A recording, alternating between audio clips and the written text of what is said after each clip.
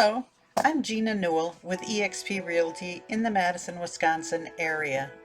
Today I'm going to talk about home staging. Does every house need to be staged? Does every room need to be staged? Well, let's find out.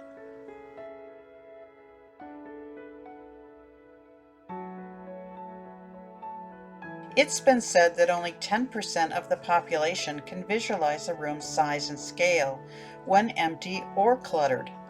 So when the seller says, buyers can look past my belongings, that really isn't true for most people. Buyers need to imagine themselves living in your house. So what are the steps to take before staging?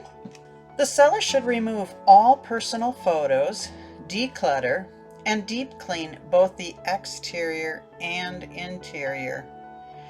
They should fix, repair, or replace defects that will be noted during a home inspection.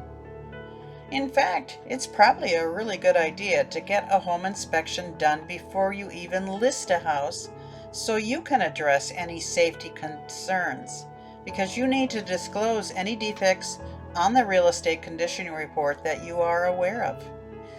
The most common issue is not having a smoke detector and carbon monoxide monitor on every level and smoke detectors inside every bedroom.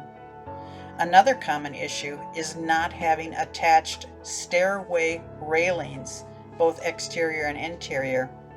A lot of times the paint color needs to change. Strong personal colors such as red, bright green, neon yellow, and hot pink are hard on the eyes. There are many neutrals to choose from, and neutrals don't necessarily mean off-white. However, if you have one wall that is wallpapered or a feature wall, that sometimes can be just fine. The furniture should be positioned in a conversational grouping, removing any unnecessary pieces. Now, for a vacant property, I determine a purpose and a focal point for each room. Sometimes the focal point is a fireplace, a large built-in, or a nice view. And if the room doesn't have a natural focal point, I create one. I choose furniture and accessories that go along with the style of the house. I mostly use transitional items, which strikes a balance between contemporary and traditional. I note where the openings are, where the electrical outlets are, and where the traffic flow should be. You want people to have full access to the room, so don't place a sofa where it becomes a barrier. Now, not every room needs to be staged, and not every house needs to be staged, especially if it's a foreclosure or it is being sold to a relative or a quick sale, for instance. But definitely stage the very first room when you enter from the front door.